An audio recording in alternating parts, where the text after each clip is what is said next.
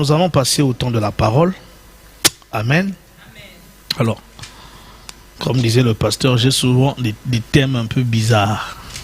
Alléluia. Les thèmes qui me montent comme ça, ça monte. Donc aujourd'hui nous allons parler, mon thème bizarre s'intitule « Échapper au bec des vautours ». C'est bizarre, non?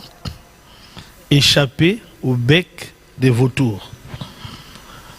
Alors, nous allons en réalité parler du repos, mais vous comprendrez pourquoi on parle d'échapper au bec des vautours. Le texte de base se trouve dans Matthieu 24, verset 28. On va le lire, je lirai dans la version second 21. Et puis je vais faire une introduction plus ou moins longue pour en arriver au thème que nous voulons traiter. Vous comprendrez pourquoi on parle d'échapper au bec des vautours. Matthieu 24, verset 28 est un texte que nous connaissons. Nous pouvons, si vous avez trouvé au moins cette lecture, que nous puissions tous nous lever. Moi je lirai dans la version second 21. Mais chacun lit dans sa version. Matthieu 24, verset 28. La Bible dit ce qui suit. Là où sera le cadavre, là se rassembleront les vautours. Alléluia. On peut s'asseoir. Donc c'est de là que j'ai tiré mon texte. Là où sera le cadavre, là se rassembleront les vautours. Alors, il m'a été demandé de parler du repos, de la vie de repos. Vous savez, la vie chrétienne est censée être une vie de repos. Et il est important de comprendre que la notion du repos, c'est une notion, c'est un besoin universel de toute existence. Tout ce qui existe a besoin de repos. Commencer par les hommes, je crois que nous avons besoin de repos. Je n'ai pas trop beaucoup de temps à passer là-dessus. Par exemple, quand nous travaillons, nous sommes fatigués, nous cherchons du repos. C'est au point, des fois, pour ceux qui ont des enfants, d'éloigner les enfants très très loin. Si l'enfant est encore vraiment très petit, si c'est le papa, il va dire à maman, va avec ton enfant, je ne sais pas, au salon, j'ai besoin de me reposer. Si les enfants sont grands, on peut les brimer un peu pour qu'ils se taisent parce qu'on a besoin de repos. Qu'on soit homme, femme, qu'on soit enfant aussi, parce que les enfants aussi se fatiguent, on a tous besoin de repos, que ce soit les gouvernants, les gouvernés, les pauvres, les riches, tous les hommes ont besoin de repos. Amen. Mais on peut croire que ça ne concerne que les hommes. Non, même les esprits ont besoin de repos. Vous vous souvenez certainement du texte de Luc 11, verset 24. Luc 11, 24 qui dit ceci, je lis pour nous. Lorsque l'esprit impur est sorti d'un homme, il va dans des lieux arides pour chercher du repos. N'en trouvant point, il dit, je retournerai dans ma maison d'où je suis sorti. Donc même les démons cherchent le repos. Alléluia. Donc quand les démons possèdent un homme, c'est parce qu'ils cherchent du repos. Dans le corps de l'homme, il y trouve un certain repos. Quand on lui chasse, il va dans le désert, cherche toujours le repos, mais dans le désert, il ne peut pas en trouver. Alors, il aura toujours tendance à vouloir revenir dans la maison où il était. Pourquoi? Parce que même les esprits ont besoin de repos. Alléluia. Il n'y a pas que les hommes qui ont besoin de repos, les esprits aussi ont besoin de repos. Et quand on parle d'esprit, on parle des démons, les anges donc, et même Dieu lui-même a besoin de repos. La Bible dit que lorsqu'il a créé le monde au 7e jour, il s'est reposé. Donc même Dieu a besoin de repos. Dieu était dans le repos jusqu'à ce qu'il y ait la rébellion au ciel qui a plongé l'univers dans un chaos, dans un trouble, dans les ténèbres. Dieu a dû sortir de son repos pour se mettre à œuvrer, pour repartir dans le repos. Alléluia. Donc même Dieu a besoin de repos. Et le Seigneur Jésus-Christ, lorsqu'il était sur la terre, va nous aussi parler aussi du repos. Dans Matthieu 8, 20, Matthieu 8, 20, il dit, Jésus lui répondit, les renards ont des tanières et les oiseaux du ciel ont des nids. Mais le Fils de l'homme n'a pas où reposer sa tête. Donc là, il parle du repos pour lui. En tant que Fils de l'homme, il avait aussi besoin de repos. Et dans Marc 6, 31, parlant des disciples ou aux disciples, il dit, Venez à l'écart, vous-même, dans un lieu désert, et reposez-vous un peu. On n'ira pas la suite. Alléluia. Donc le repos est vraiment un besoin universel. Personne ici ne peut dire qu'il n'a pas besoin de repos. D'ailleurs, tout ce que nous cherchons dans la vie, en réalité, c'est le repos que nous cherchons. Que tu sois en train de courir derrière l'argent, derrière le travail, derrière une maison, derrière un mariage, derrière toutes les choses que nous cherchons dans la vie, c'est parce que quelque part, nous voulons avoir du repos. Alléluia. Donc le repos est un besoin universel. C'est même l'état normal de fonctionnement de toute existence. Dieu fonctionne dans le repos en temps normal. Il n'en sort que quand il y a catastrophe dans la création et puis il repart dans son repos. La création est censée fonctionner dans le repos. Le repos, attention, n'est pas l'absence de travail. Alléluia. Non, non, c'est pas l'absence de travail. Adam, quand il naît, quand il vient dans le monde, du moins quand il est formé, il commence sa vie dans le repos, mais il travaille. Il avait un travail. Alléluia. Donc le repos ne veut pas dire qu'on ne travaille pas. On verra plus tard ce que c'est. Mais donc il faut comprendre que nous sommes appelés à fonctionner normalement dans le repos. Ça, c'est l'état normal de fonctionnement de tout ce qui existe. Nous sommes faits pour être dans le repos, faits pour vivre dans le repos, faits pour travailler dans le repos. Tu travailles, mais tu es dans le repos. Est-ce que jusque-là, c'est clair? Alors, quand on parle de repos, il y a un repos qui est facile à trouver. Le repos qui est facile à trouver, c'est celui dont Jésus vient de parler dans ces deux textes. C'est le repos qui nécessite juste un endroit. Tu es fatigué le soir, quand tu rentres, tu vas au lit pour te reposer. Ou bien ici, il les encourage à aller dans un lieu désert, là où il n'y a pas du monde. Là où il n'y aura pas de monde pour les suivre et tout, pour qu'ils puissent se reposer. Donc, le repos du corps, c'est celui qui est le plus facile. Je suis fatigué, j'ai juste besoin d'être dans mon lit ou d'être dans un coin où il n'y a personne. J'éteins mon téléphone, personne ne me dérange, je prends le temps qu'il faut pour pouvoir me reposer. Mais il y a un repos beaucoup plus difficile, qui est le repos de l'âme. Celui-là est beaucoup plus difficile. Le repos du corps, tu peux le trouver toi-même. C'est une décision que tu prends. Ou si c'est au-delà de ton prochain peut t'aider. Par exemple, je cherche une maison et ça te tracasse. Quelqu'un peut avoir un tuyau et t'aider à avoir une maison. Alléluia. Prière ou pas prière, tu peux parvenir à ce repos-là. Mais le repos de l'âme, lui, il ne se trouve pas auprès des hommes. C'est la raison pour laquelle Jésus est venu. Alléluia. Donc, j'aimerais d'abord nous montrer quelques exemples des gens qui avaient un lieu pour se reposer, mais qui n'avaient pas de repos. Le premier, c'est David dans Psaume 6, verset 6, d'autres versants dans verset 7, hein, ça dépend. Donc, si ce n'est pas le verset 6 pour vous, c'est certainement le verset 7. Le Psaume 6, David, qui dit « Je m'épuise à force de gémir. Chaque nuit, ma couche est baignée de mes larmes. Mon lit est arrosé de mes pleurs. » Alléluia. Il est dans un lit, donc il a un lieu où le corps peut se reposer. Mais en étant dans ce lieu-là, il pleure. Il passe des nuits à pleurer. Ça, c'est l'exemple de tout le monde. Beaucoup d'entre nous, et peut-être même pendant que je parle, il y a quelqu'un qui passait la nuit à pleurer. Il avait un endroit où dormir, il était dans son lit, mais pas de repos. Le corps pouvait se reposer. Et même le corps, finalement, a perdu son repos. Parce que quand tu pleures, c'est le corps qui fait sortir des larmes. Ça commence à l'intérieur, l'âme est troublée, mais l'âme qui est troublée va aussi troubler le corps. Et le corps qui devait être en repos n'est plus en repos. Alléluia. Parce que le lit est là, oui, mais à l'intérieur, il y a quelque chose qui ne va pas. Une autre personne qui a connu cet état-là, c'est Job.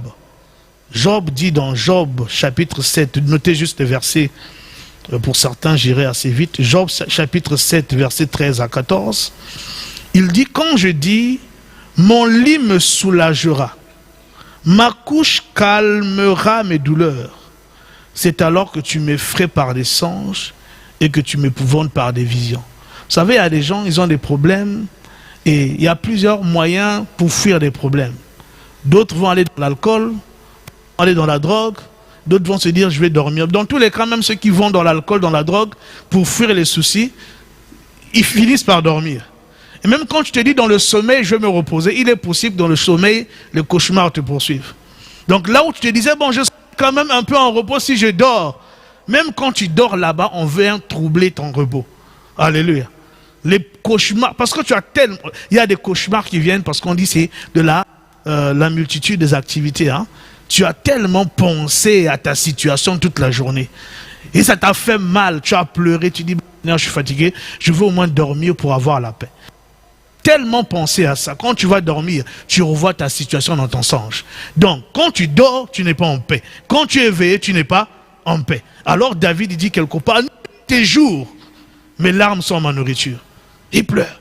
La nuit, je pleure. Le jour, je pleure. Parce qu'il n'y a pas un moment où je trouve du répit.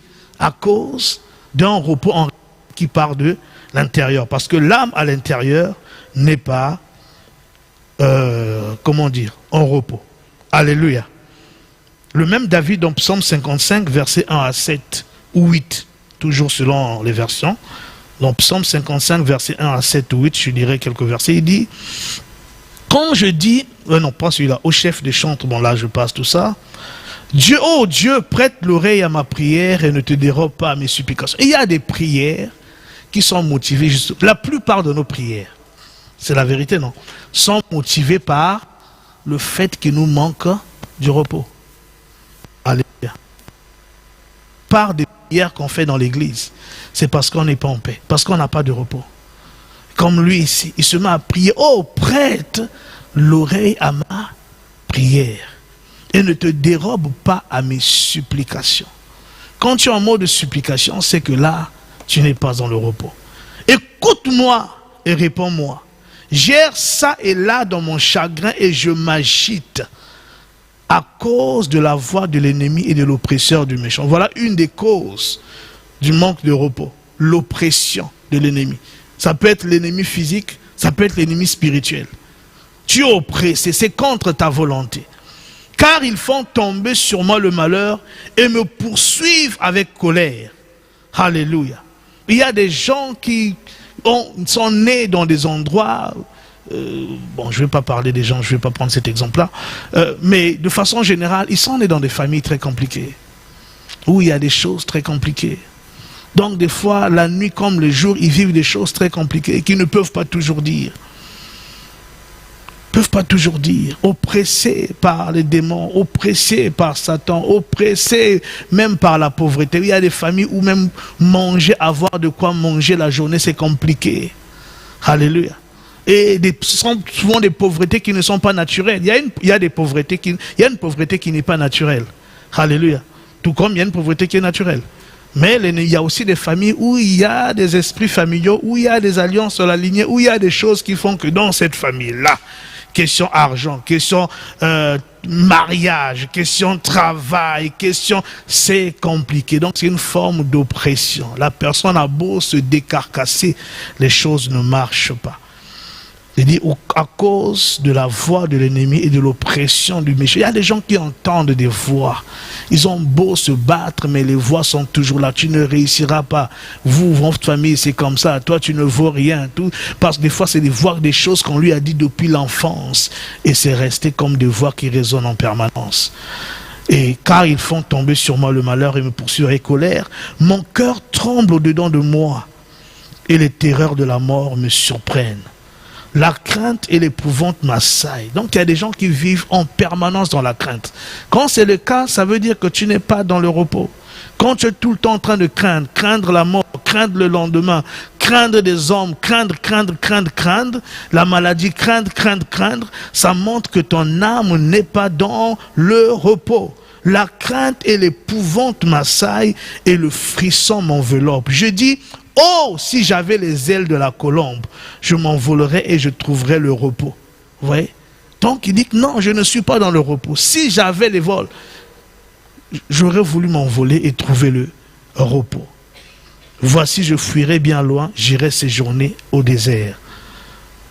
Et ce repos-là, Le repos de l'âme, aucune personne ne le donne. Celui-là ne se trouve qu'auprès de Jésus. Alléluia. C'est pourquoi dans Matthieu 11, versets 28-29, nous connaissons le texte, donc je vais le lire vite. Matthieu 11, 28-29, Jésus dit ceci. Venez à moi, vous tous qui êtes fatigués et chargés, et je vous donnerai du repos. Quelle est la source? Bon, passons d'abord.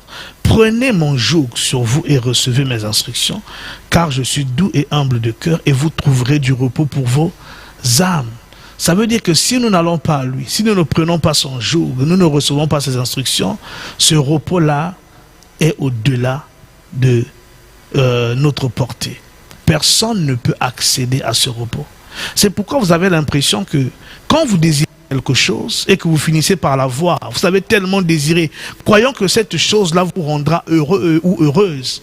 Quand vous l'avez, vous découvrez qu'il y a autre chose qui manque. Alléluia. Quand on était à l'école, on croyait que quand tu vas réussir dans la vie, tu auras fini. C'est bon. Et on a carburé et puis on a réussi. En temps d'avoir une scolarité exemplaire, ou même si ça a été difficile, mais on a fini par arriver. Et puis quand on est arrivé là, et puis trouve le travail. Ah, la paix commence à partir.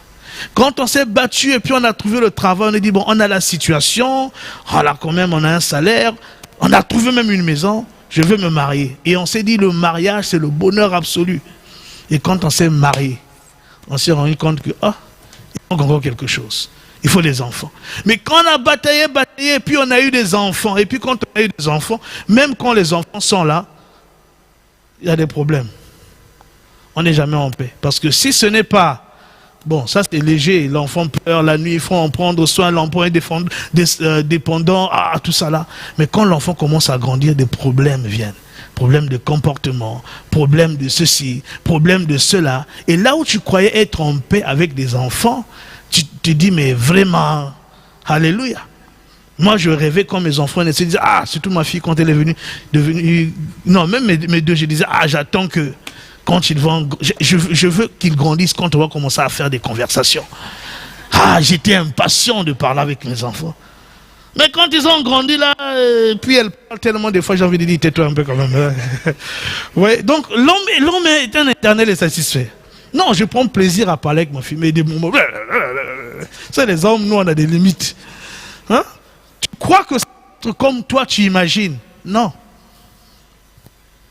Donc, en réalité, dès que tu crois avoir trouvé le bonheur, tu crois avoir trouvé le repos, il y a une autre réalité qui vient. Le travail, je veux une promotion. Tu as la promotion, tu as le salaire qui va avec, tu as tout. Et quand tu arrives dans le milieu, tu as une adversité au boulot, tu commences à comprendre que, mais moi je croyais que c'est la promotion qui allait me mettre bien. Le salaire a augmenté, j'allais être bien. Oui, ça va avec.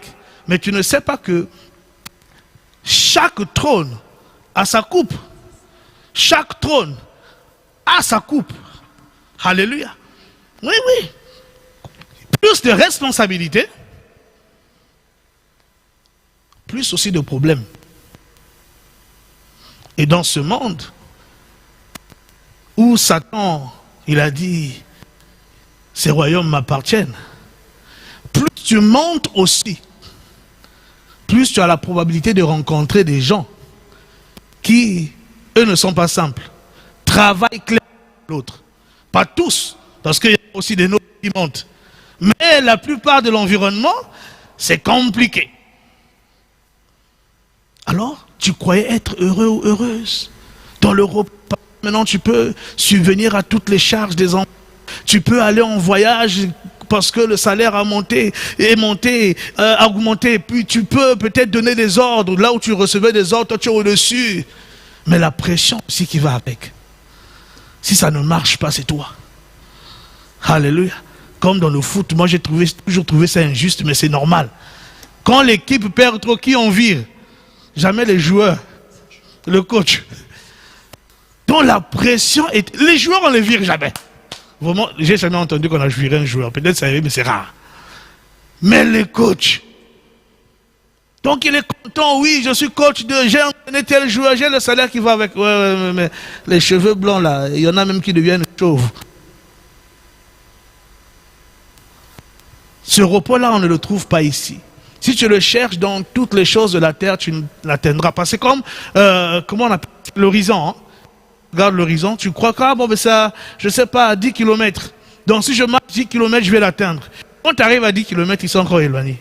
Ils sont encore éloignés. Ils sont encore éloignés. C'est ça le repos. Ce repos-là, de l'âme, ne se trouve pas sur la terre. Oh, c'est bon d'avoir ces choses. Mais ne les cherchons pas pour avoir le repos. Cherchons-les pour avoir, enfin, ayons-les pour avoir le confort, pour pouvoir subvenir aux besoins, tout ça là. Mais si c'est pour avoir le repos de l'âme, c'est une illusion, c'est impossible. Alors Jésus nous dit, vous voulez quoi? Le repos de l'âme? Venez à moi. Viens à moi. C'est auprès de Jésus. Il y en a d'autres qui se disent, ah, si je me convertis, c'est beau. En fait, en réalité, c'est vrai. Mais qu'est-ce qui arrive? Souvent, quand on se convertit, on croit au Seigneur, on est dans l'église, on peut porter église ou pas église. Quand on se dit, bon, ah, si je meurs là, je vais où? Je vais en enfer. Ah non, j'ai pas envie d'aller en enfer. Qu'est-ce que je fais? On te dit, il faut croire en Dieu. Peu importe la religion. Même des fois dans le christianisme, quand tu viens, plutôt que de trouver l'évangile, tu vas trouver un système légaliste bien orchestré. Où on te dit que tu veux plaire à Dieu, mon ami. Hein? Telle loi. Telle loi, telle loi. Sinon, tu ne peux jamais plaire à Dieu.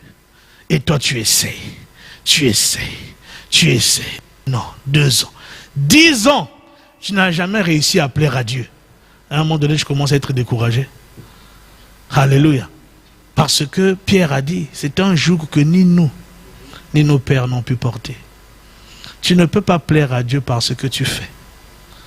Imaginez un de tes enfants, pour ceux qui sont mariés, nos enfants faire des choses pour nous plaire. Est-ce que ça a un sens?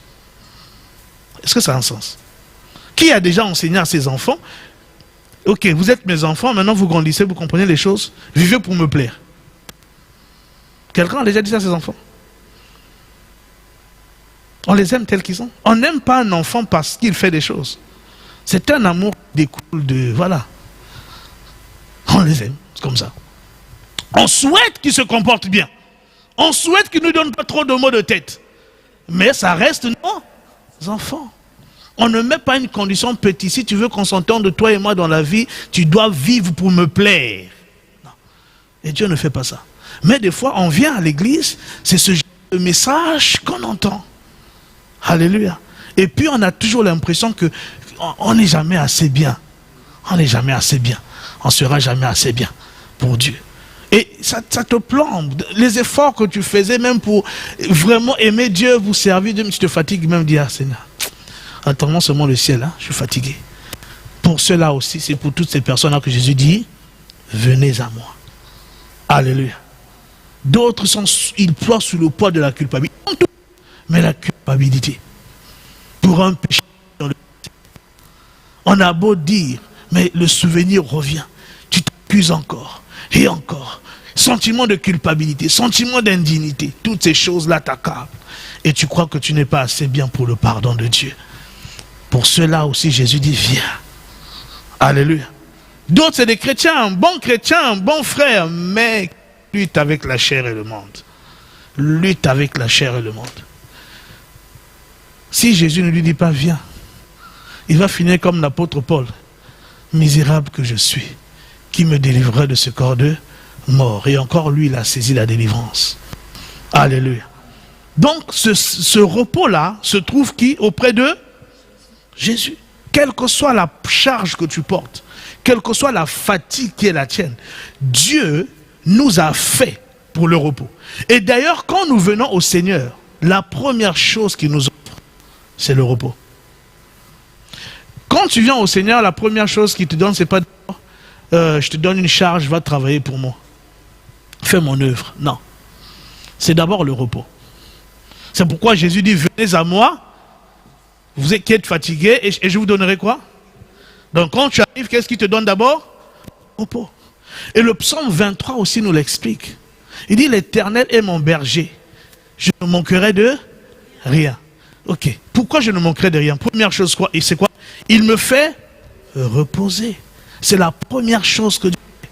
Avant qu'il te dise, il te conduit, marche, marche, marche sur le sentier de la justice, traverse la vallée de l'ombre de la mort, le combat spirituel, je mets une table devant. Avant d'arriver, première chose que Dieu fait, il te fait reposer dans le vert pâturage.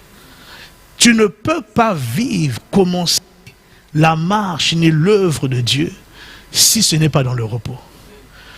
Ça commence par là. Alors, Dieu crée le monde, Dieu crée Adam. Mais quel a été le premier jour d'Adam sur la terre? Un jour de repos. Adam a commencé son existence sur la terre dans le repos de Dieu. Alléluia. Dieu l'a mis dans le repos et puis il a dit, bon, tu peux y aller. Il a créé les conditions du repos et puis il a dit, bon, tu peux y aller. Alléluia. C'était ça. Dieu n'est pas... Bien sûr qu'il veut qu'on le serve, mais son objectif, il sait que tu ne peux pas le servir si tu es dans la servitude, si tu n'es pas dans le repos. Tu ne peux pas bien servir Dieu. Tu ne peux pas bien servir Dieu si tu n'es pas dans le repos. Tu ne peux pas bien vivre pour Dieu, même dans la société, dans les familles, dans nos familles, si nous ne sommes pas dans le repos. On aura toujours tendance à privilégier le repos que le service de Dieu. Alléluia. Donc, la première chose que j'aimerais que tu retiens, que je viens de te dire ce matin, c'est que Dieu t'a appelé à vivre dans le repos. Et Dieu sait combien parmi nous ne le sommes pas. Alléluia. La première chose que Dieu veut te donner, veut voir se manifester dans ta vie, c'est le repos de l'âme. Alléluia. Et ce repos se trouve où? Auprès de Jésus. Mais pour comprendre maintenant comment Jésus, comment on reçoit, comment on entre véritablement dans ce repos de l'âme. On a bien vu qu'il ne vient pas des choses matérielles. Les choses matérielles sont bonnes, mais sont pas faites pour te donner le repos. Elles sont faites pour autre chose, mais pas pour te donner, pas pour me donner ce repos-là. Comment je fais pour entrer? Parce que nous sommes invités à entrer dans ce repos. Il faut déjà comprendre comment Jésus a procédé pour nous mettre dans le repos, pour nous accorder ce repos-là. Alléluia. Donc, on va repartir un peu au commencement. Quelle est la cause? Parce que si tu veux traiter un problème, le médecin fait quoi? Il vient, il fait des analyses, et puis après, il va diagnostiquer la maladie. C'est en fonction de ce qu'il trouve qu'il va donner le traitement adéquat. Donc, c'est la même chose que Dieu fait. Jésus doit identifier quelle est la cause du manque de repos.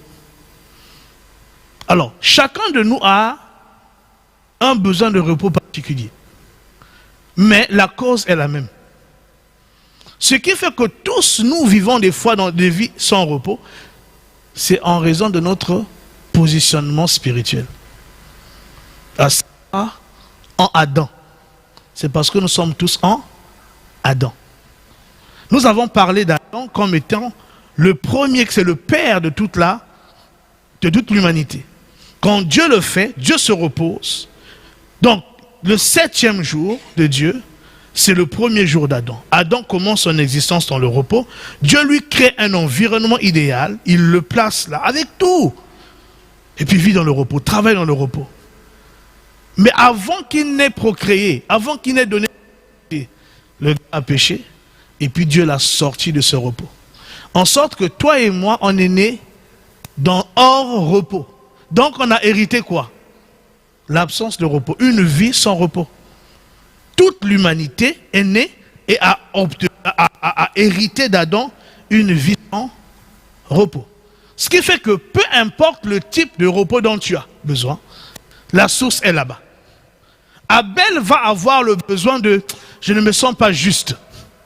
Je ne suis pas dans le repos, je ne me sens pas juste. Il faut qu'il ait la révélation que pour avoir le salut, pour être justifié, tu dois croire dans le sacrifice de Christ qui viendra. Il a fait le sacrifice. Alléluia. Mais plus tard, son frère va avoir besoin d'un repos de stabilité, parce qu'il va être errant sur la terre. Vous voyez? Il va être errant sur la terre. Et parmi nous, il y en a d'autres comme les mecs qui vont avoir besoin d'un repos de productivité. Ils travaillent dur, mais à cause de la malédiction, terre, héritée d'Adam là, la terre ne produit pas ce qu'ils attendent. Ils sont fatigués. Il est obligé de mettre son espérance sur l'enfant qui allait naître. Il enfante un enfant, il appelle du nom de Noé, repos. Il dit, notre espérance c'est toi. Alléluia. Et ça c'est ce qui arrive souvent avec les parents. Comme vous voyez souvent les parents, ah, moi mon enfant, toi tu seras médecin, toi tu seras journaliste, toi tu seras ceci. En réalité, c'est pour combler quelque chose qu'ils n'ont pas pu réaliser. À défaut que ce soit moi, je mets mon espérance sur l'enfant que tu es. Mon enfant devient médecin. Parce que peut-être que j'ai beaucoup souffert de maladie, ou j'ai vu mes parents mourir de maladie, ou dans ma famille. Donc mon enfant, comme moi je ne suis pas allé loin à l'école, toi deviens médecin. Toi deviens journaliste. Parce que nous, on est d'une famille où on n'est pas connu. On ne connaît pas, hein, on est vraiment anonyme. Donc il y a au moins un nom, mon nom, mon fils soit connu. Monsieur, au moins c'est le nom de. Vous voyez, on met c'est un manque de repos. Parce que quelqu'un qui est au repos ne pose pas ou ne désirera pas qu'un enfant fasse un métier. Il laisse l'enfant choisir comme lui l'a choisi. Alléluia. Mais c'est parce qu'il y a un manque de repos. Comme les mecs, nous on n'a pas pu. Ah mon fils Noé, comment avec toi on est le repos. Alléluia. Les repos sont différents. D'autres comme Abraham, c'est j'ai tout. Moi et ma femme, nous avons tout. Mais stérile. Pas d'enfant. Mais tout ça vient d'où? Toujours Adam. Toujours Adam. Israël, l'autre se trouve esclave chez son maître qui va le rouler plusieurs fois. Jacob, il va le rouler plusieurs fois, on change son salaire plusieurs fois. Tout ça là, le mauvais cœur là vient d'où? Adam. Donc même si on parcourt toute la Bible, toutes nos expériences sont différentes, mais la même source, la même cause du manque de repos, c'est le fait que nous sommes nés d'Adam. Alléluia. Alors, quelle solution? Dans l'Ancien Testament, on trouve des gens qui ont fait des suggestions par rapport à la solution qu'il fallait. Dans Ecclésiaste 4, verset 2, Ecclésiaste chapitre 4, verset 2, Salomon dit ceci. Alléluia.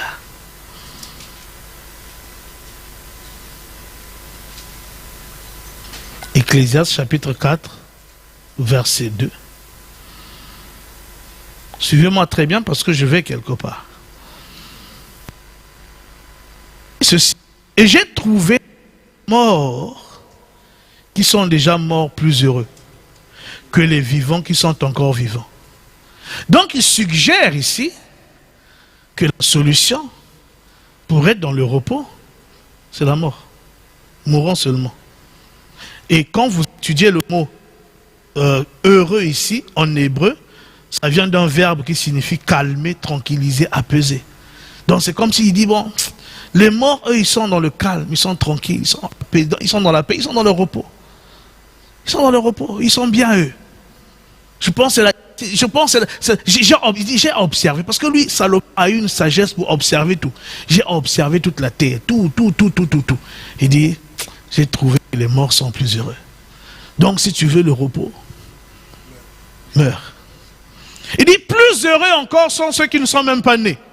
Mais bon, eux, on ne peut pas en parler, ils ne sont pas nés. Mais pour toi et moi qui sommes déjà nés malheureusement, qui avons vu tous les malheurs de la terre, il dit la solution, c'est meurs.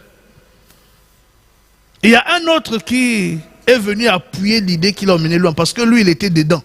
Salomon, au moins, il a seulement observé. Lui, là, il était dans l'affaire. Job a vécu, il dit à Salomon, toi, tu n'es pas assez loin, laisse-moi t'expliquer. Parce que toi, tu vois de l'extérieur. Tu fais une conclusion lapidaire. Job 3, versets 11 à 19. Écoutons le langage de Job. Face à ses souffrances, un homme éminent, un homme riche, le plus intègre que Dieu ait jamais trouvé sur la terre, le plus élevé, le plus riche même de son temps, avait des enfants, une belle famille, craignant Dieu, tout. Il n'était pas dans l'impudicité, pas dans... En tout cas, il était dans la sanctification, dans la crainte de Dieu. Et puis d'un coup, comme ça, il se passe une discussion entre Dieu et Satan au ciel dont il n'est pas au courant. Et puis ça tombe sur lui. Il perd toute sa richesse. Il perd ses enfants. Il perd sa santé. Sa femme n'a pas supporté. Il dit, mon type, maudit Dieu et meurt. maudis-le. Meurs, mais maudis d'abord Dieu avant de mourir. Parce qu'on dirait que la solution est là. Alors lui, il ne le fait pas. Mais dans Job 3 quand même, il dit ceci. Job 3, 11 à 19. Pourquoi ne suis-je pas mort dans le ventre de ma mère? Pourquoi ne pas expirer au sortir de ses entrailles? Pourquoi ai-je trouvé des genoux pour me recevoir et des mamelles pour m'allaiter? Je serai couché maintenant. Je serai tranquille. Je dormirai, je reposerai. Avec les rois et les grands de la terre qui se bâtirent des mausolées. Avec les princes qui avaient de l'or et qui remplirent d'argent leur demeure. Où je n'existerai pas, je serai comme un avorton caché, comme des enfants qui n'ont pas vu la lumière. Là ne s'agitent plus les méchants. Et là se reposent ceux qui sont fatigués et sans force. Les captifs sont tous en paix. Ils n'entendent pas la voix de l'oppresseur. Le petit et le grand sont là, et l'esclave n'est plus soumis à son maître. Amen. Donc lui dit non. Salomon, tu as raison. Mais tu n'as pas bien compris. Il fallait bien appuyer ça. Celui qui est mort là, il est bien. Là-bas, pas de fatigue. Là-bas, pas de lamentation, pas de supplication, pas de servitude. C'est la paix. C'est le repos là-bas. Pourquoi? Parce qu'il souffrait. Il a connu ce que c'est que le manque de repos. Alléluia. Il a connu cela. Donc la mort semble être la solution la meilleure pour trouver le repos. Parce que tant que tu es sur cette terre-là, Job a dit, les jours de l'homme sur la terre sont comme ceux d'un mercenaire. C'est ce que c'est qu'un mercenaire. C'est difficile. Donc le repos ici, il dit, il faut seulement mourir. Et il semble que le ciel leur donne raison. Et quand je parle du ciel, je parle du Saint-Esprit. Dans Apocalypse 14, 13, écoutons ce qui est dit. Apocalypse 14, 13. Apocalypse 14, 13 dit ceci.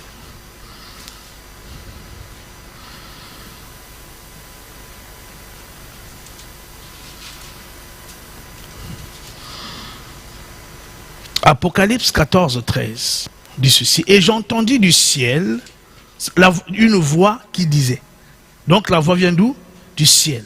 Écrit, heureux dès à présent les morts qui meurent dans le Seigneur, oui, dit l'Esprit, afin qu'ils se reposent. On peut s'arrêter là. Qui dit? L'Esprit. On dit la voix que tu entends, Jean, c'est le Saint-Esprit qui parle. Et le Saint-Esprit dit, oui, le chemin vers le repos là, c'est la mort. Donc, et que l'Ecclésiaste avait raison, Job semble avoir eu raison. Alléluia.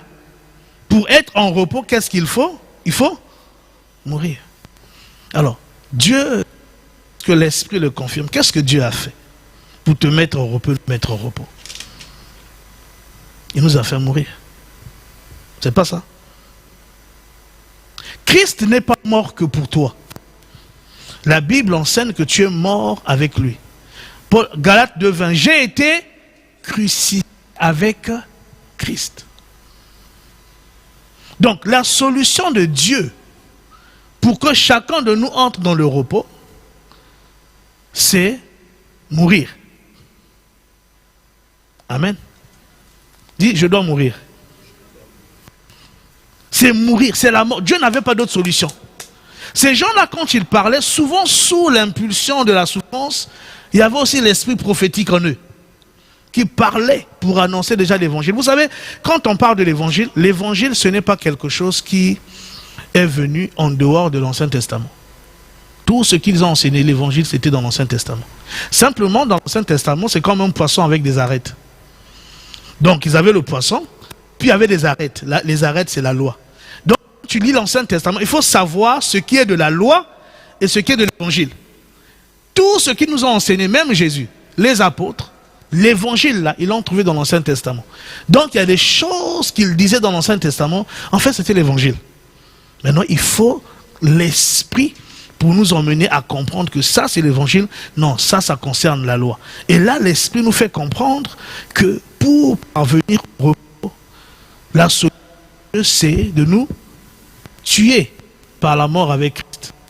En d'autres termes, c'est de faire de nous des cadavres. C'est pas ça. Quand on meurt, on devient cadavre. Est-ce qu'on peut le dire?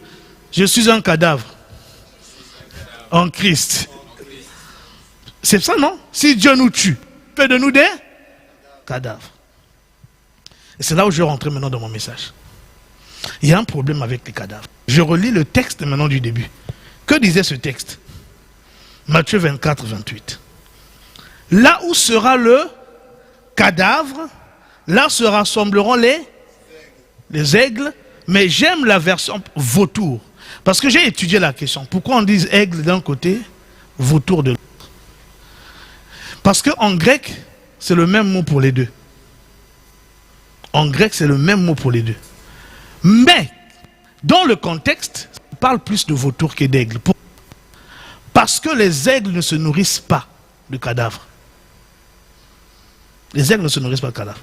Les espèces nécrophages qui se nourrissent des cadavres, c'est les vautours. Pourquoi? Parce qu'ils ont un bec qui n'est pas suffisamment solide pour aller se battre avec un animal, le tuer comme les aigles. Donc eux, par contre, ils savent décarcasser une carcasse. Ils voient un cadavre. Donc, si tu vois un vautour manger un animal vivant, c'est que c'est un animal qui est en train de mourir, devenu très faible, qui ne peut plus se battre, mais c'est très rare. Eux, ils sont à la recherche des cadavres. Les vautours mangent des cadavres. Donc, Jésus, quand il dit là où sera le cadavre, là se rassembleront les vautours. C'est pourquoi? C'est pour qu'ils viennent manger les cadavres. Alléluia. Donc, si Dieu dit que la solution pour vous, pour parvenir au repos, vous devez devenir des cadavres, il y a un problème. C'est vrai, et nous sommes devenus cadavres, mais il y a un problème si on reste cadavre. C'est quoi le problème? On est à la merci des vautours. Alléluia. On est à la merci des vautours. Si notre évangile ne s'arrête qu'à la croix, on est à la merci des vautours. Les vautours spirituels vont venir. Le premier en chef, Satan, quand il a parlé de la parabole de la semence, il dit, il y a une semence qui est tombée le long du chemin, et puis, comme on n'avait pas compris, un oiseau est venu, il a picoré. L'oiseau là, c'était qui? Satan. Donc, le premier, quand tu ne t'arrêtes qu'à la croix, tu ne peux pas, tu seras à la merci des vautours spirituels. Ton cadavre même sera, des fois, on est scandalisé quand, par exemple, comment on dit ça? On profane des tombes. Pourquoi? Parce qu'on estime qu'on va troubler leur repos. Les gens sont morts. Pourquoi vous allez troubler? Laissez-les se reposer. Donc un cadavre, en fait, a un repos relatif. Tant que tu es juste cadavre, mort en Christ, tu es en repos relatif. Pourquoi? Parce que même si tu ne vois plus l'oppression et tout, ton cadavre sera dérangé par les vautours. Tu ne pourras rien contre les vautours. Quand Satan vient, tu ne pourras rien. On dit, résistez-lui avec une foi ferme. Mais est-ce qu'un cadavre peut résister? Est-ce qu'un cadavre peut résister? Ce n'est pas parce que tu es mort que Satan va venir. Alléluia. Si on dit, nous avons un adversaire, vous savez que Satan n'est pas l'adversaire de Dieu. On nous a enseigné quand on était qu'il y a deux forces. Il y a deux grandes personnes qui se battent dans l'univers. D'un côté, Satan, de l'autre, Dieu. C'est pas ce que la Bible dit. Oui, Satan est le chef de l'autre côté, mais il n'est pas l'égal de Dieu. Déjà, en tant qu'ange, il a voulu être l'égal de Dieu. On l'a précipité, il n'a jamais réussi. Satan, aujourd'hui, quand on lit la Bible, on l'appelle l'adversaire. Satan, votre adversaire. Il n'est pas l'adversaire de Dieu, il est notre adversaire. Alléluia. Donc, quand Satan te voit, mort en Christ ou pas, il a été chassé du ciel, mais son activité n'a pas été arrêtée. Vous savez ça? Donc, si tu restes cadavre, le gars va se pointer. C'est pourquoi quand Moïse est mort, qu'est-ce que Satan a fait? Il a cherché il n'est pas resté.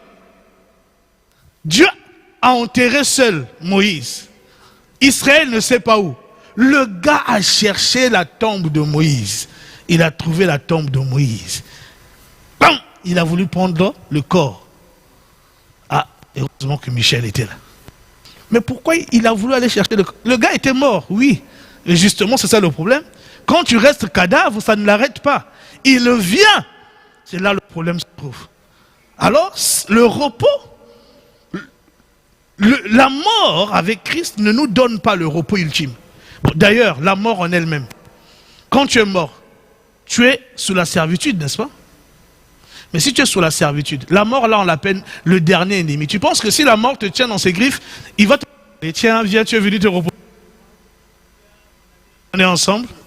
C'est le dernier ennemi. Ça veut dire qu'il va bien te boxer là-bas, tu es sous lui. Boum, boum, boum. Donc quand tu meurs, ce n'est pas la solution. C'est le chemin, mais ce n'est pas la destination. Tu dois passer par là, mais ne te dis pas parce que je suis mort avec Christ, c'est suffisant. Non, il manque quelque chose. Même si là-bas c'est bien. Alors Jésus qui a compris ça, on nous raconte l'histoire de Jésus en enfer. Quand il est parti dans le séjour de mort, vous trouvez l'histoire dans Acte 2 à partir du verset 25. Il allait en enfer. Vous savez qu'il était bien en enfer. Pourquoi? Parce qu'on dit, je voyais constamment le Seigneur à ma droite, afin que je ne chancelle pas. Aussi mon cœur est dans la joie, ma honte dans l'allégresse. Donc là-bas, Jésus était dans la joie. Il aurait pu dire, oh Dieu, tu es là, tu me rends heureux, oh restons ici, la terre là, et de toute façon. Jésus dit, non, non, non, non, merci, je me réjouis de ça, mais ma chair reposera avec espérance. Tu n'abandonneras pas mon âme dans le séjour de mort. Il ne faut pas que tu restes ici. Tu ne permettras pas que ton sang va à la corruption. Il dit, non, je suis bien en enfer, mais ce n'est pas le repos. Hein? Nous, une fois, dès que tu trouves une situation, tu es bien dit, ah, c'est bon, on arrête là. Non, non, non, non, non. Il faut chercher le meilleur de Dieu dans ta vie. Pour ta vie. Alléluia. Il ne faut pas s'arrêter à l'apparence d'un bonheur. Jésus a dit, je suis bien en enfer. Je suis bien dans cet état de mort. Mais je sais qu'il y a mieux. Il y a mieux. Le repos, c'est pas ici. C'est quand je vais en sortir. Donc, mort avec Christ, c'est un bon évangile. Mort avec Christ, c'est une bonne chose. Parce que ça nous sépare des choses anciennes. Les choses anciennes sont passées. Mais on n'est pas complètement à l'abri. Parce que la mort nous tient encore. Alors, Dieu ne s'est pas arrêté là. À Christ, il a dit, je te mettrai dans le repos. Quand est-ce que Jésus est rentré dans le repos? La Bible dit, assieds-toi à ma droite jusqu'à ce que je fasse de tes ennemis ton marchepied. Tu allais te combattre sur la terre. Tu as combattu contre les ennemis. À la croix, tu as dépouillé les dominations, les autorités. Tu les as livrées publiquement en spectacle en triomphant d'elles par la croix. Tu as anéanti celui qui avait la puissance de la mort, Satan. Maintenant, assieds-toi. Le reste, moi, je m'en occupe. En d'autres termes, mets-toi au repos. Mais ça, c'était quand? Dans la résurrection. Amen. Alléluia. Pas dans la mort. Dans la résurrection. Donc, si nous voulons vivre le repos, qu'est-ce qu'il faut? Nous devons ressusciter. Et en réalité, nous sommes ressuscités avec Christ. Alléluia. Nous sommes ressuscités avec Christ. Mais donc, théoriquement, nous sommes dans le repos. Mais Hébreux 4, je vous laisserai lire les 3 premiers versets, nous fait comprendre que tu peux être en Christ et ne pas être dans le repos. Pourquoi? Parce qu'il manque un élément. La foi. La Bible dit, on leur a annoncé l'évangile, la bonne nouvelle du repos, ils n'y sont pas rentrés. Pourquoi? Ils n'ont pas cru. Voyons-nous entrant. Et puis il a dit, vous aussi empressez-vous d'entrer. Ça veut dire qu'ils n'étaient pas encore rentrés. Donc, le repos de l'âme, le fait que, voilà, soit en paix, quand tu as ce repos-là, quelles que soient les circonstances, mon ami, rien ne t'effraie. Comme Jésus, dans le séjour de mort, quelque part, il avait ce repos relatif. Alléluia. Mais le véritable était dans la réalité. Donc, ça veut dire quoi? Nous voulons entrer dans le repos de Dieu, parce que nous sommes invités à entrer dans le repos. Jésus a créé les conditions. Notre jardin d'Éden à nous, c'est en Christ, c'est le domaine de la résurrection. Tu veux être dans le repos, vivre dans ce repos-là, tu entres dans la réalité de la résurrection. Mais ça, on entre comment? Par la foi. Il faut que tu crois. Alléluia. Alors, ça veut dire quoi? La bonne nouvelle, je me suis rendu compte dans mes recherches, et je me suis rendu compte que ce que je vais dire, j'aimerais que vous le compreniez bien. Je vais essayer d'expliquer avec mes mots pour que vous ne me compreniez pas mal. Aucun verset dans la Bible ne nous exhorte à croire en la mort de Jésus. Ça, c'est un fait. Ce n'est pas une interprétation biblique. C'est un fait. Alors, attention, je ne dis pas qu'il ne faut pas ne pas croire. Parce qu'il y a un texte dans la Bible qui dit, l'apôtre Paul qui dit, nous croyons que si Christ est mort, tous sont donc morts. Ça veut dire que on doit y croire. Ce que je dis, la Bible ne le mentionne pas. Donc la Bible ne met pas une exhortation disant, croyez que Jésus est mort pour vous. Mais il faut y croire. Mais ce n'est pas là que la Bible met l'accent. Par contre, la Bible met son accent sur la résurrection. Par exemple, on dit si tu confesses de ta bouche, et si tu crois dans ton cœur, si tu confesses de ta bouche le Seigneur Jésus, et si tu crois dans ton cœur que Dieu l'a ressuscité. Et il y a d'autres versets, parce que j'ai envie de gagner du temps, pas les citer.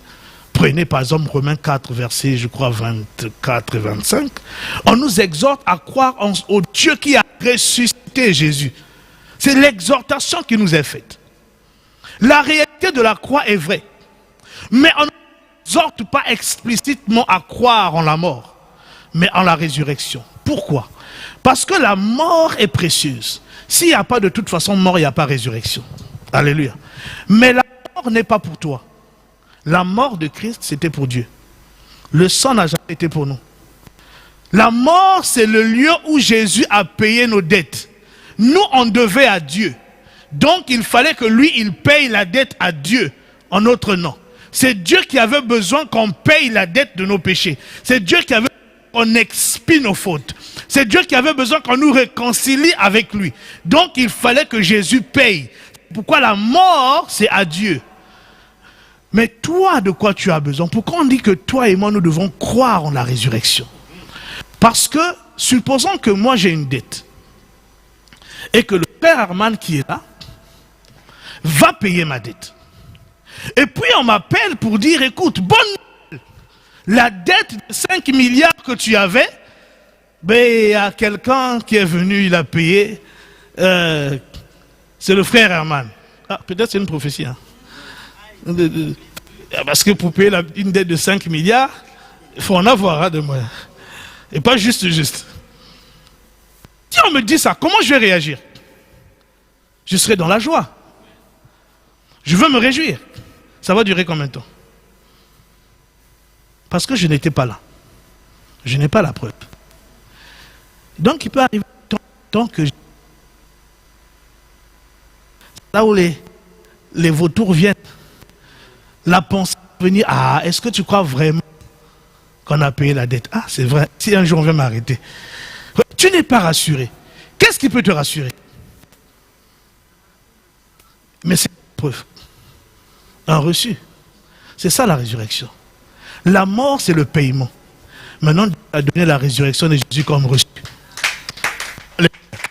C'est le reçu qui met fin à toute inquiétude, toute pensée, toute imagination que non. Si même Dieu vient te voir, dire, hé petit, en fait, en réalité, Jésus n'avait pas payé. Hein. Tu fais... Il rigole même. Il dit, regarde. Tu ne peux pas contester. Alléluia. C'est pourquoi la Bible dit, qui accusera les élus de Dieu? Un, c'est Dieu qui justifie. Qui les condamnera? Christ est mort. Bien plus. Il est ressuscité. Il est à droite de Dieu. Il fait quoi? Il intercède pour toi. Alléluia. Donc quand tu as contestation, est-ce que tes péchés ont été pardonnés, c'est même pas toi qui discutes. Toi tu es là, tu dors, pour toi tu rentres dans ton lit. Là-bas, lui il est là pour dire, hey, je suis ressuscité. Je suis la preuve. L'intercession de Jésus ne rappelle pas la mort. L'intercession de Jésus rappelle la résurrection. Pour dire, je suis mort. Mais la preuve que la mort là valait quelque chose. Qu'elle a été suffisante pour leur libération. Me voici vivant. Parce que si ce n'était pas le cas, tu ne m'aurais pas ressuscité. Amen. Que je sois là à la droite de Dieu, c'est la preuve que tu as accepté le sacrifice pour Pavel. Si tu as accepté le sacrifice pour Pavel, pourquoi tu veux l'embêter? Alors c'est pourquoi que Satan ne peut plus nous accuser devant Dieu. Il aura toujours des choses, mais sa place ne fut plus trouvée dans le ciel. Quand il ira, il dit, mais mon gars, mais en fait, tu viens. Oh non, il a dit tout ça là, mais le type qui est là. Oh oui, le type qui... et puis lui-même, il se tait, il comprend tout de suite. Il ne peut même plus repartir. il perd plus de temps. C'est pour ça que Satan nous accuse dans nos pensées. Pas Dieu, c'est fini. Celui qui, on dit, il a été précipité, l'accusateur de nos frères. Celui qui les accusait au passé. Il ne nous accuse plus auprès de Dieu. C'est fini là-bas. Mais son activité continue dans ta tête. C'est ça ce que j'appelle les vautours. Ils viennent pour te convaincre que toi là, tu es encore dedans. Et que Dieu n'a pas accepté. Dieu peut encore te frapper. Dieu peut. Alors, si tu ne t'arrêtes qu'au niveau de la foi dans la mort de Jésus, tu auras toujours un problème parce que tu ne seras jamais rassuré. De temps en temps, on peut venir, et oui, effectivement. Mais la résurrection est la preuve. Donc, quand l'ennemi vient, en réalité, des fois, c'est même pas dire non, il est mort pour moi, mon gars. Jésus est ressuscité. Jésus est ressuscité. Alléluia, Jésus est ressuscité, gloire à son nom. C'est mon argument. C'est pourquoi la Bible nous dit, vous, la mort, c'est pour vous, croyez en la résurrection. Recevez le reçu par la foi en la résurrection. Alléluia. C'est la résurrection qui règle les problèmes. Si on reste à la croix, je vous donne... Et quand on dit croire en la résurrection, c'est croire en la résurrection de Christ et dans toutes ses réalités. Résurrection, quelles sont les réalités de la résurrection? La nouvelle création. Nous ne sommes pas nouvelle création à la croix. D'abord, n'allons pas loin. Commençons par la justification. Nous avons été justifiés où? Allah? C'est pas ça. Quand il a versé son sang. Mais l'assurance ne nous a pas été donnée là.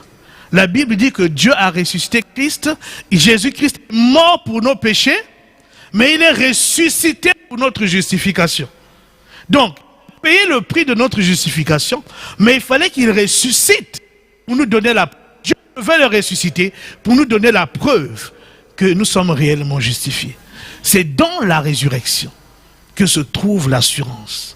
Donc le chrétien doit apprendre à méditer les réalités de la résurrection et y croire. C'est dans la résurrection que nous sommes une nouvelle création. Alléluia.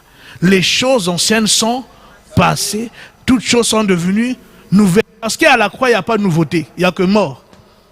Et puis on a payé tes prix, mais il n'y a pas de nouveauté. C'est le cadavre, quand on regarde le cadavre, c'est le même cadavre. Alléluia. C'est dans la résurrection que tu deviens quelqu'un de nouveau. Alors, quand tu cherches à être transformé, tu te bats. Si tu ne restes qu'à la croix, tu auras un problème. Tu seras en paix chaque fois que tu te comportes bien. Et troublé chaque fois que tu ne te comportes pas bien. Et tu veux changer en tant que chrétien. Mais la chair est encore trop forte. Le monde en toi est encore trop fort. Alors, il arrivera que tu diras que, oh, misérable que je suis. Comme Paul. Alléluia. Qui me délivrera de la mort, là, de ce corps de mort, parce qu'il était resté au niveau de la mort.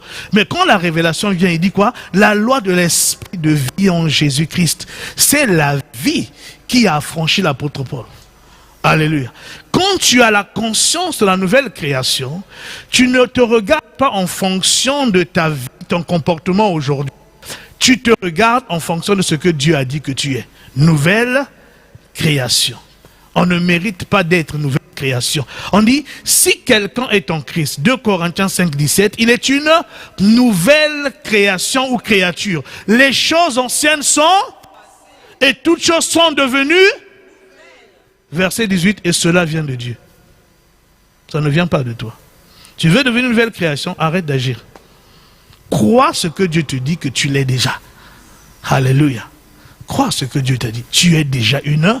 Parce que ça ne vient que de Dieu. Toi, tu ne peux pas. Tu ne peux pas.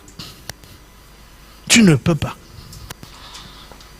Un jour, j'étais en train de réfléchir sur un texte que Jésus a dit. Il dit, demeurez en moi. Et que ma parole demeure en vous. Afin que vous produisez du fruit. C'est ça, non? Mais comment on fait pour demeurer en Dieu, en Christ? J'ai réfléchi longtemps, j'ai donné toute théorie. Hein. Il faut faire ceci, il faut aimer la parole, il faut tout. Demeurer, ça veut dire quoi? Rester constamment. Donc, tu es dedans et tu restes là. Bon, déjà, il faut que tu rentres. Donc, je dis, bon, demeurer, c'est ça. faut méditer la parole tous les jours, faut tout.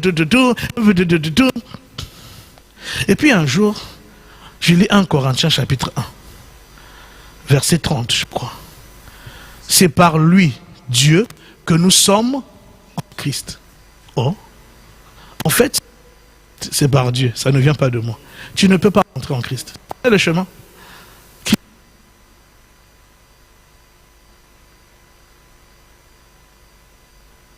En la résurrection, Dieu te place en Christ. Donc, si tu as cru, tu es déjà en Christ en réalité. Tu n'as pas à faire des efforts. Il faut simplement en développer la conscience que je suis en Christ. Et si tu es en Christ, on dit tu es une nouvelle création. Donc, ça c'est logique. Alléluia. Quand tu vas commencer à marcher avec cette conscience, et tu demeures dans cette conscience par la foi, avec le temps, tu vas oublier les réalités de la... Tu vas commencer à te comporter comme tel. Mais c'est parce que nous, on regarde à nous. On regarde à notre marche et dit, ah... Non, que ça soit un symptôme que je ne suis pas encore parvenu à la perfection, que je dois encore grandir de gloire en gloire. Mais tu dois accepter la bonne nouvelle de Dieu. Il dit, ils ne sont pas rentrés dans le... Ils n'y ont pas cru. Si tu ne crois pas que tu es une nouvelle création, tu n'entreras pas dans cette réalité bénie. Alléluia. Tu vas faire des efforts, je vais faire des efforts, mais jamais je ne manifesterai parce que je n'ai pas cru. On rentre dans le repos là, comment? Par la foi. Une autre réalité de la résurrection, c'est l'adoption divine. Adoption divine, ça veut dire que Dieu est devenu ton Père. Je simplifie. Ça va régler tous les problèmes de paternité. Oui. Quand tu parviens à la conscience que Dieu est mon Père, ça va régler tes problèmes de paternité. On a un témoignage dans la sondage, c'est le nom. Ça a réglé la conscience que Dieu est mon Père. Un Père. Ça règle ton problème de paternité. J'ai pas eu de père ou le père m'a rejeté. Alléluia. Problème paternité biologique, même spirituel. Parce que je regarde le temps pour voir si je fais des témoignages en même temps. Mais je vais passer. Même spirituel. Alléluia. Même spirituel. Quand tu comprends ça, tu n'es plus impressionné. Bon, je vais le dire pour vous, votre édification. Amen. Pourquoi spirituel? Parce que quand on voit les choses, on croit qu'on a toujours des problèmes avec mon papa physiologique. Même avec le papa spirituel, des fois on est complexé. Alléluia. Moi aujourd'hui, je suis en paix.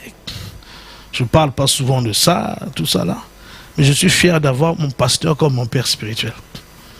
Mais ça n'a jamais pas toujours été comme ça. Parce que quand Dieu me met sous lui, les premières années, je me rappelle, il y avait un complexe. Quand tu vois les autres, ah, tu vois, ils ont tel papa spirituel, ils font des trucs. Puis quand tu entends des choses, des fois ça te frustre. Tu dis, machin. Vous voyez comment Dieu m'a guéri? Deux choses. Un jour, on était encore à la du Croise là-bas. Il était là sur la chaire, c'était un mardi. Et puis, au début, quand on prie, avant l'enseignement, il est en train de prier. Et puis, moi aussi, je prie, j'étais en bas. Et puis, à un moment donné, c'est comme si j'ouvre mes yeux, je le regarde. Et quand je le regarde, j'entends le Seigneur me dire clairement, je ne me suis pas trompé quand je te l'ai donné comme père. Ah, j'ai dit.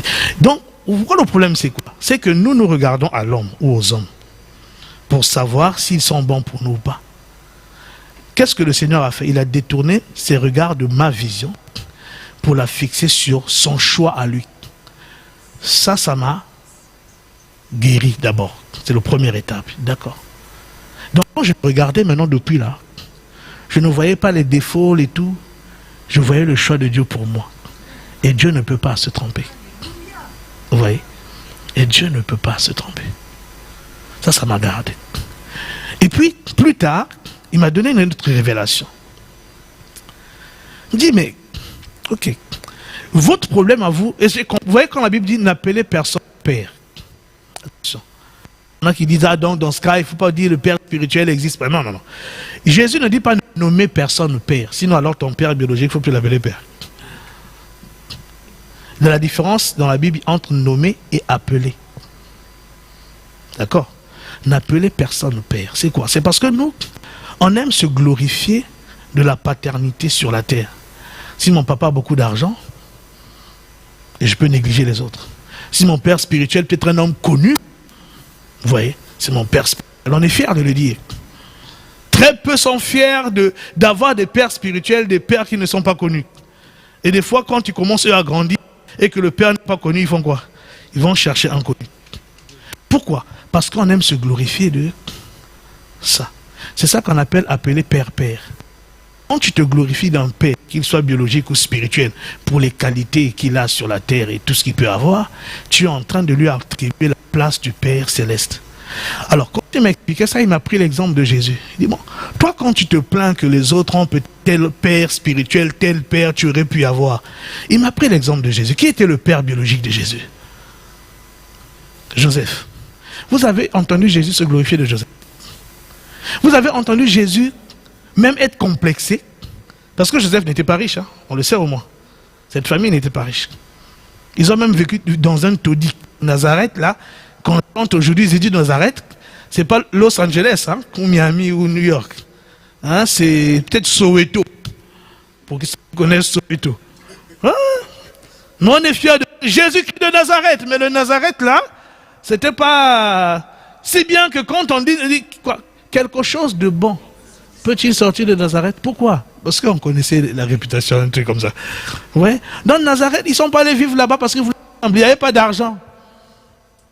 Il n'y avait pas d'argent. Donc Jésus aurait pu dire, ah les autres, ils ont un Père céleste, hein, et un Père riche, hein, ils vivent dans une belle ville, hein, tout ça là. Jésus n'a jamais été complexé. Vous savez pourquoi? Parce qu'il avait la conscience de son Père céleste. Mon Père céleste, mon Père céleste, mon Père céleste, mon Père céleste, le Père céleste, mon Père m'a dit, mon Père m'a montré, mon Père. Il était tellement conscient de cette paternité-là qu'il ne se voyait pas désavantagé auprès des autres.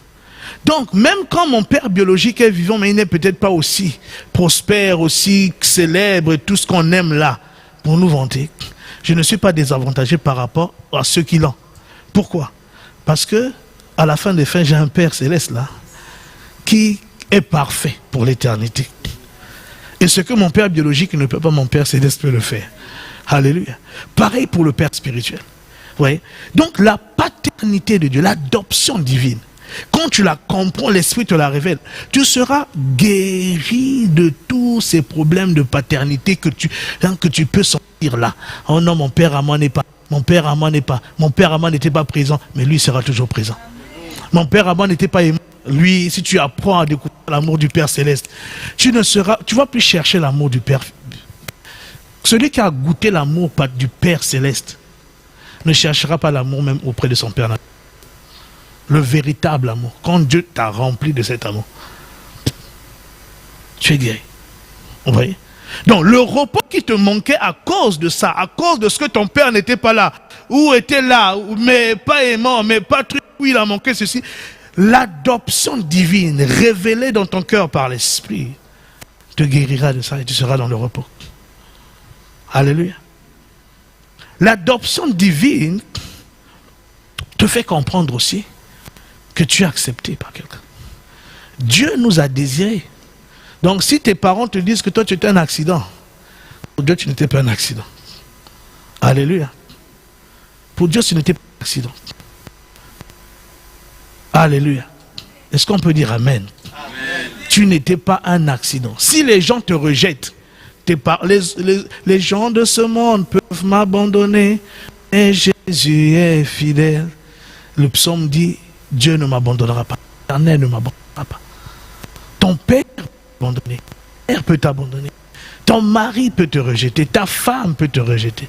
Mais quand tu es parvenu à saisir l'adoption divine, les problèmes de rejet sont réglés. Ce n'est pas réglé par le conseil, ah, t'inquiète pas, en nous on va t'aimer. Celui qui se confie dans l'homme, hein? Eh, maudit. Celui qui dit je serai toujours là demain, tu ne sais pas ce qui peut arriver demain. Ce n'est pas que la personne est mauvaise, mais il y a des situations qui peuvent faire que la personne aussi t'abandonne. Oui. Mais si tu parviens à comprendre cette réalité que non, Dieu est mon Père, il m'a accepté, je suis son enfant, il ne peut pas me rejeter. Même dans le séjour de mort, il a suivi Jésus là-bas. Alléluia. Après l'avoir abandonné à la croix. Parce qu'à la croix, il fallait. Mais une fois qu'il est allé là-bas, il dit, c'est bon petit. Non, c'était trop long. 10 minutes là de séparation, c'est trop. Mon fils, je reviens. Pourquoi? Quand tu comprends ça, problème de rejet réglé. Non, moi, j'ai pas eu de frères. Ou bien mes frères, mes soeurs ne m'ont jamais aimé. Quand tu comprends l'adoption divine, tu comprends que tu as des frères, tu as une fratrie. En premier, c'est Jésus. Alléluia. Même si tu peux être dans une église où les frères ne t'aiment pas trop, mais si tu comprends que tu as un grand frère, le meilleur des grands frères, les problèmes sont réglés. C'est comme ça que l'Esprit règle les problèmes. Il nous tourne les regards vers Christ, vers la résurrection, les réalités de la résurrection.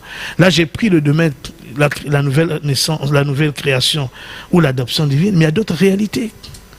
Tu as la réalité de l'ascension, tu as la réalité de la cession en Christ. Tu es assis avec Christ dans les lieux célestes. Tout ça règle des problèmes. Quand tu reçois ces choses, quand tu crois en ces choses, la paix entre dans ton cœur. Tu deviens un homme, une femme qui marche dans la paix. C'est une question de foi. Oh non, dans ma famille, les esprits familiers de génération en génération. Quand tu parviens à la réalité, quand tu comprends, quand tu as entendu, parce que tu entends, tu lis, tu sais, tu as l'information que je suis assis avec Christ dans les lieux célestes. Et puis, mais quand tu y crois fermement, quand tu es parvenu à la foi de ça, il n'y a pas un esprit familier qui te retiendra. Même Satan dit résister lui. Vous savez, j'aime bien les épîtres. Ce sont les évangiles qui nous parlent beaucoup des démons. Pas les épîtres. Vous avez remarqué? Ce sont les évangiles qui parlent beaucoup de démons, chasser. Quand on arrive dans les épîtres, on ne parle pas trop des démons. On parle de Satan lui-même. C'est lui-même. On dit non, les petits là, c'est des petits. Résistez-lui. Le gars là, le type là, résistez-lui. Satan lui-même, leur chef. Parce que tu es dans une autre dimension assis avec Christ. Ce sont des choses dans lesquelles il faut que tu crois. Donc il faut se battre pour bâtir sa force de réalité. Les saisir. Comprendre que je suis élevé avec Christ au-dessus de toute domination. De toute. Il n'y a pas une domination dans les cieux sur la terre. Toute domination. Toute autorité, toute dignité, toute puissance. Je suis là-bas. Là-bas au-dessus, ça veut dire que tu es même au-dessus des anges. Mais seulement des fois, nous, on adore les anges. Je dis, un ange, un ange. Pourquoi? On est impressionné par les anges. Parce qu'on n'a pas compris, on n'a pas cru ça. Toi, tu es assis avec Christ, là-bas, mais tu es impressionné par un ange.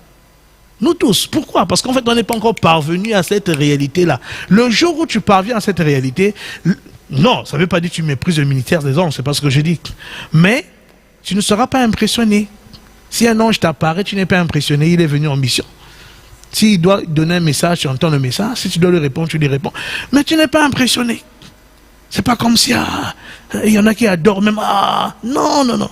Alors, ça va te protéger même quand tu vas se déguiser en ange de lumière. Pour venir t'impressionner. Toi, tu n'es pas impressionné. Tu ne te prosternes pas. Quel que soit son éclat. Pourquoi? Parce que tu as compris, tu as cru que tu es assis avec Christ. Où? Dans les lieux célestes. Croire en la résurrection, c'est croire dans la réalité de ton identité, de ta position en Christ, de ton identité en Christ. Si nous voulons vivre le repos, ce n'est pas en cherchant les bénédictions. Seigneur béni, l'onction, la bénédiction de l'accélération. Je ne dis pas que c'est mauvais, je dis si tu veux le repos, ce n'est pas ces choses-là. Parce que même ceux qui ont ces choses se sont retrouvés dans bien des tourments. Ceux qui ont l'argent se sont retrouvés dans bien des tourments. Ceux que Dieu a élevés, même qui ont cherché l'élévation, arrivés là-bas, beaucoup se sont même perdus. Alléluia. Et ils n'étaient plus dans le repos. L'argent est là, la notoriété est là, la gloire est là, les hommes. Mais dans le secret, c'est d'autres choses qui sont arrivées. D'autres sont finis dans des scandales. Aux États-Unis, je ne sais pas depuis quand, mais quasiment tous les ans, tous les quelques mois, il y a des scandales des hommes de Dieu. Scandale, quand on dit scandale, scandale sexuel, scandale. Parce que vous ne suivez pas pour certains, vous suivez, mais c'est des grandes figures. Des grandes figures. Des grandes figures. Ils ne sont pas pires que vous, ou nous. Ils ont bien commencé. Mais arrivé là-bas, je pense qu'il y a quelque chose qui a... Oui. D'autres problèmes arrivent. Mais si nous apprenons à tourner nos regards et à fonder notre foi sur la résurrection, le pasteur avait déjà dit ici, il faut que nous apprenions à méditer sur Christ dans la gloire. Ce sont toutes ces réalités-là. Quand notre foi est bâtie dans ces choses-là, si la foi est là, les œuvres correspondantes seront là. Mais nous devons tourner nos regards sur Jésus, particulièrement sur le ressuscité et sur toutes les réalités de la résurrection. Sinon, les vautours des sentiments de culpabilité, vautours des sentiments d'indignité, vautours de, je ne sais pas, de ceci, des pensées impures, de mauvaise estime de soi, des oppressions démoniaques vont toujours revenir, même si nous sommes cadavres, parce que quand tu es cadavre, comment tu vas te tenir pour résister? Tu ne peux pas. Alléluia. Tu ne réagis pas.